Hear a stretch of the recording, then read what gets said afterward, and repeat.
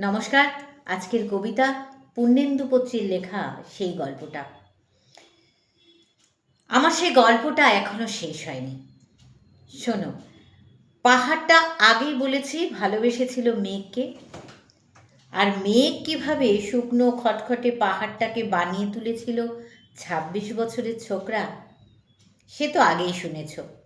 সেদিন ছিল পাহাড়টার জন্মদিন। পাহাড় মেঘকে বললে, আজ তুমি লাল শাড়ি পরে আসবে। মেঘ পাহাড়কে বললে, আজ তোমাকে স্নান করিয়ে দেব চন্দন জলে।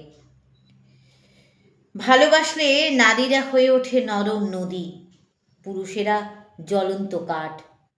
সেভাবেই মেঘ ছিল পাহাড়ের আলিঙ্গনের আগুনে, পাহাড় ছিল মেঘের ঢেউ জলে। হঠাৎ আকাশ জুড়ে বেজে উঠল ঝড়ের জগঝম্প।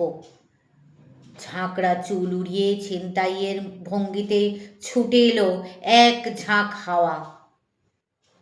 মেঘের আঁচলে টান মেরে বললে, ওঠ ছুরি, তোর বিয়ে। এখনো শেষ হয়নি গল্পটা। বজ্রের সঙ্গে মেঘের বিয়েটা হয়ে গেল ঠিকই, কিন্তু পাহাড়কে সে কোনো দিনও ভুলতে পারল না।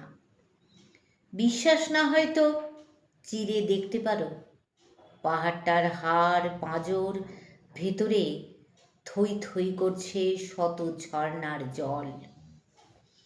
ভালো থাকবেন সবাই। আশা করি কবিতাটি ভালো লাগলো। লাইক দেবেন, সাবস্ক্রাইব করবেন আর কমেন্ট করতে ভুলবেন না কিন্তু।